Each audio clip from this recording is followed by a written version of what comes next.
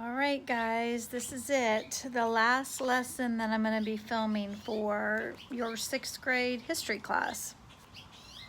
The last lesson is basically on the effects of the war and how the Civil War affected soldiers, women, and African Americans.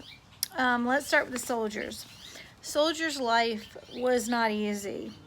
Some of these men were gone from home for years.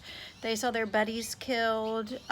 They worked without enough supplies, without enough food, without adequate uniforms. You can imagine how cramped and cold they would be in the winter, and in the summer how hot. Just like in the Revolutionary War, sickness and disease killed a lot of these soldiers. Combat was very brutal. It's not like today where they're shooting people they can't even see. A lot of it was hand-to-hand combat. Just like in the Revolutionary War, they're shooting as they're charging towards their enemy. And their enemy were also Americans. They were fighting against their own people. Sometimes family members against family members, depending. Let's see, troops, especially southern troops, became younger and younger and more poorly ready and trained because they needed more people. They were losing the war. At the end of the Civil War, most of the South was decimated. Everything had been burned. The big cities had been burnt. Atlanta, all the way to Savannah, was burnt by Sherman, General Sherman, on his march. Families were left with nothing. All that Confederate money that they had in the South all of a sudden was worthless. There was no more Confederacy, and only Union money could be used. Land speculators from the North, investors, could go down to the South and basically buy these plantation homes and farms for next to nothing, because they were able to give the Southern people Union money. Women were left, when the men left for war, and then when they died, they were left to run businesses. They were left to run farms in the North and the South. So women really learned how to get by without men, to make money without men. So this is going to carry into the women's movement and further the suffrage movement, because a lot of women proved that they're able to do things during the Civil War. Clara Barton was a Civil War nurse, and she helped to nurse these soldiers back to health. When the war was over, she started the American Red Cross, which is still being used today. The American Red Cross is a foundation that helps people in tragedies, hurricanes, when you have a fire at your house, the American Red Cross will put you up in a hotel, things like that. A lot of women during the Civil War cut their hair and went to war as men.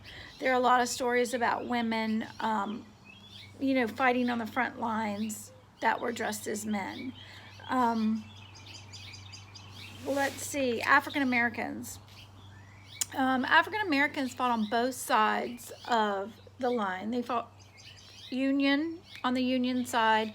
They were runaway slaves and freed slaves, and even some of them had never been slaves. And on the Confederacy side, they were taken into war by their masters. They were runaway slaves who didn't get away, who were taken to fight. The Confederacy often used African Americans as naval crew members. The Union enlisted African American soldiers very early in the war. Of course, these African American soldiers were paid less than white soldiers, and African American soldiers served normally in all African American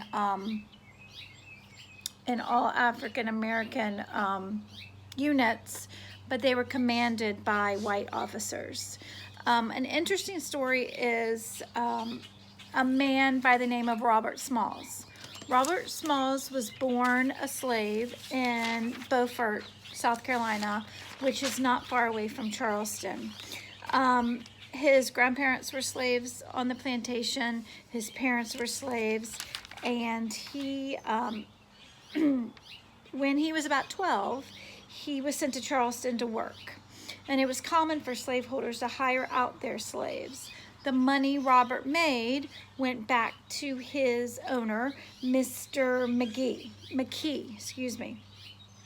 Charleston was a bustling city. He lived in Charleston, he worked there, and his money went back to Mr. McKee. While he was there, he fell in love with a woman named Hannah Jones. Hannah already had a daughter, and soon she and Robert had 2 children together. The slaves were not permitted to marry then. The family was very, very happy, but he was haunted by a vision that he had seen, by what he had seen when he was younger, by mothers crying when their children were sold at auction. And he did not want that to happen to his children. By law, his children belonged to his wife's master. They did not belong to him because they were slaves. So any babies born by slaves were the property of the mother's master. So they were property of his wife's master. As he got older, he had a pretty good job.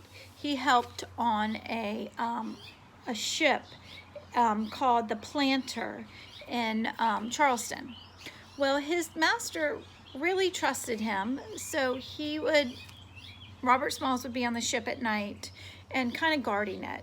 One day he decided to put his master's captain's hat and jacket on and take the ship out of the harbor and into the Union lines.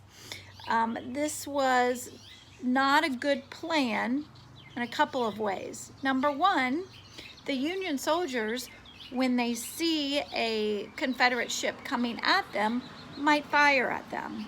Also, when the Confederates see a Confederate ship going towards the Union blockade, they might fire at them also.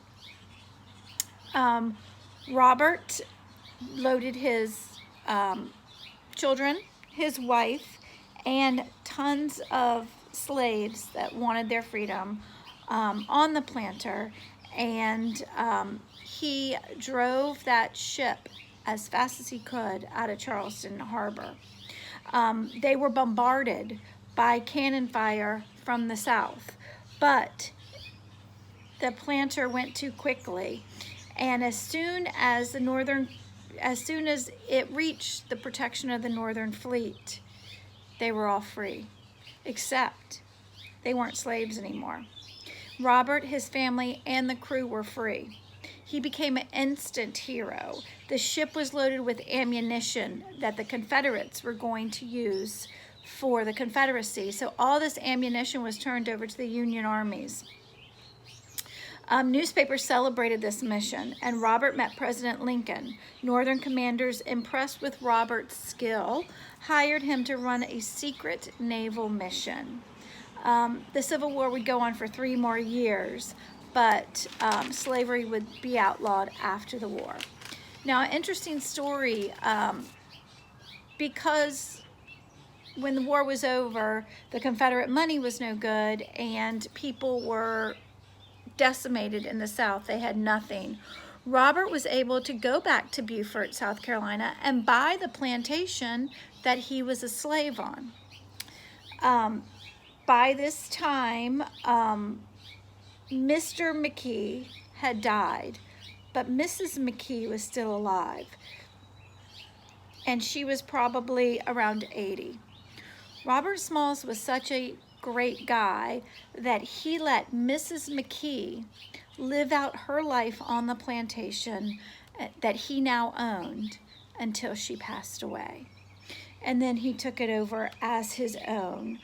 He also became a congressperson for South Carolina, one of the very first African-American congressmen from the South. That's just one story about heroes in the Civil War, and there are many, many more stories. I hope you guys continue to learn over the summer, do what you can. Go on the History Channel, look at Mr. Betts, go on to the Yorktown Jamestown Foundation, see what you can learn. I love history. I love telling you guys the stories. I missed out on telling you a bunch of them that I had planned on telling you, but do some research on your own and learn all that you can. I miss you very much. You're officially 7th graders now, in history anyway. Have a great summer. Come back and visit me. Next year I'll still be on the 6th grade hallway, as far as I know. It's been my pleasure teaching you this year, and you guys have been wonderful students, and you can accomplish anything that you set your mind to. I know great things are in store for each and every one of you. So have a great summer, and I'll see you in the fall. Bye.